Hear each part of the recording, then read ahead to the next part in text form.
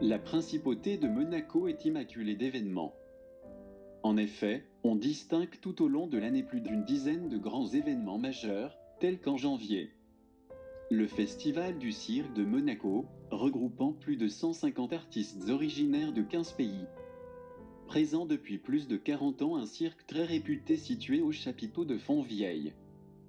On peut également être à cette même date de l'année, spectateur du fameux rallye de Monte-Carlo classique, regroupant des voitures d'époque qui compètent pour la première position, mais aussi le rallye de Monaco historique. Organisé depuis 1988 et réunit chaque année des pilotes amateurs et professionnels qui se battent pour le meilleur chrono, dans un terrain difficile situé dans l'arrière-pays. Il suscite un grand intérêt dès son lancement et attire les plus belles voitures de rallye du monde. Le mois de janvier est donc un mois très important pour le sport automobile, mais aussi pour le cirque. Ensuite, au mois de mars, on peut participer au bal de la Rose.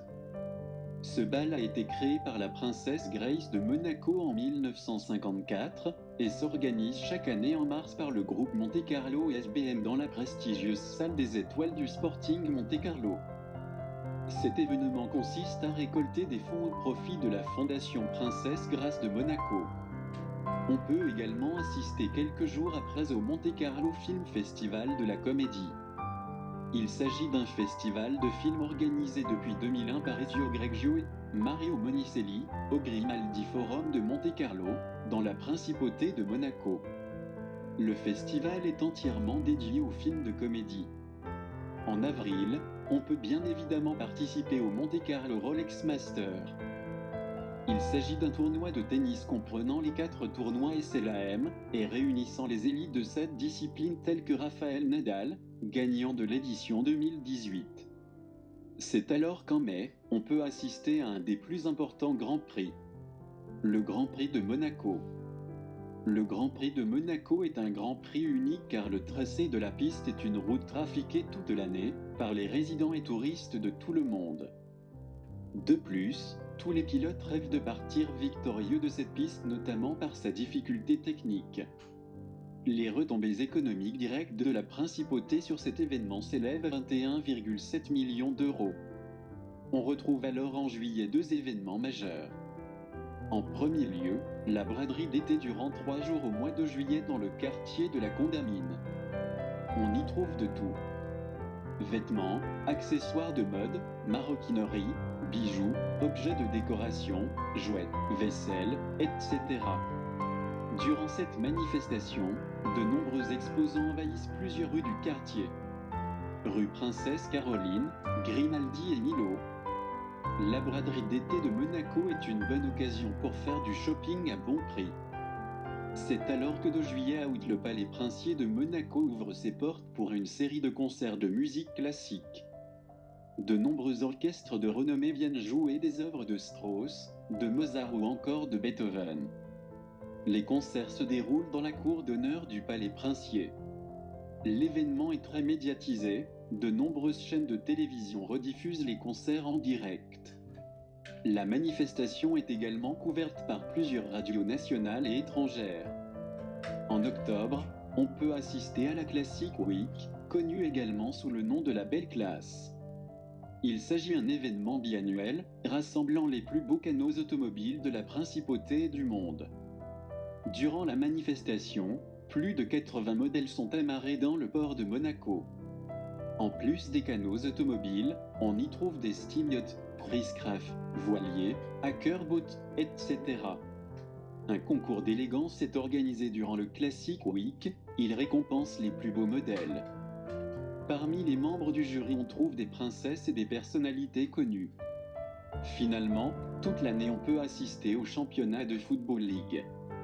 Il s'agit d'un événement sportif se déroulant dans le stade Louis II, à Fontvieille. Cet événement réunit plusieurs milliers de spectateurs par match.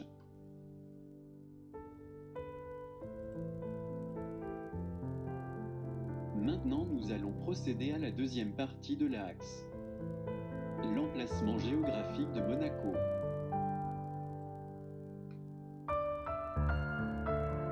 Monaco est un lieu très attractif. En effet, La principauté a établi plusieurs conseils stratégiques pour l'attractivité, afin de proposer des outils d'analyse utiles au diagnostic et aux prévisions nécessaires, ainsi qu'à la compréhension des comportements des agents économiques, permettant ainsi une meilleure orientation stratégique, contribuant au développement de la principauté et à la maîtrise des dépenses publiques. Ainsi, 5 commissions ont été constituées.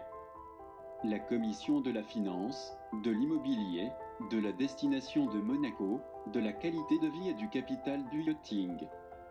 Ces commissions ont donc pour but d'améliorer la qualité de la principauté et donc son attractivité, et ont contribué à l'établissement des plus grands événements de Monaco tels que le Grand Prix de Monaco, le Yacht Club et bien d'autres. Ces commissions proposent donc une démarche immobilière par la construction d'immeubles vertueux afin d'augmenter l'attractivité de Monaco, une valorisation des ventes aux enchères, de l'artisanat et de la touche artistique de Monaco, mais aussi de la qualité de vie par le développement de la compagnie des autobus, sur une protection de l'environnement par la mise en place des services électriques, vélos électriques, bateaux électriques. De plus, Monaco fait partie des rares pays à posséder une telle croissance de l'emploi en attirant plus de 1000 employés par an. On peut donc dire que Monaco est un lieu attractif, d'une part par ses événements, d'autre part par son développement d'infrastructures et finalement par sa qualité de vie qui ne cesse d'accroître. De plus, on peut dire que Monaco se situe dans un emplacement stratégique, entre la frontière française et italienne, dans le continent européen et au bord de la mer Méditerranée. Donc, on peut en conclure que Monaco est un lieu très attractif, grâce à ses nombreux événements qui sont possibles, que grâce à son emplacement géographique et son climat,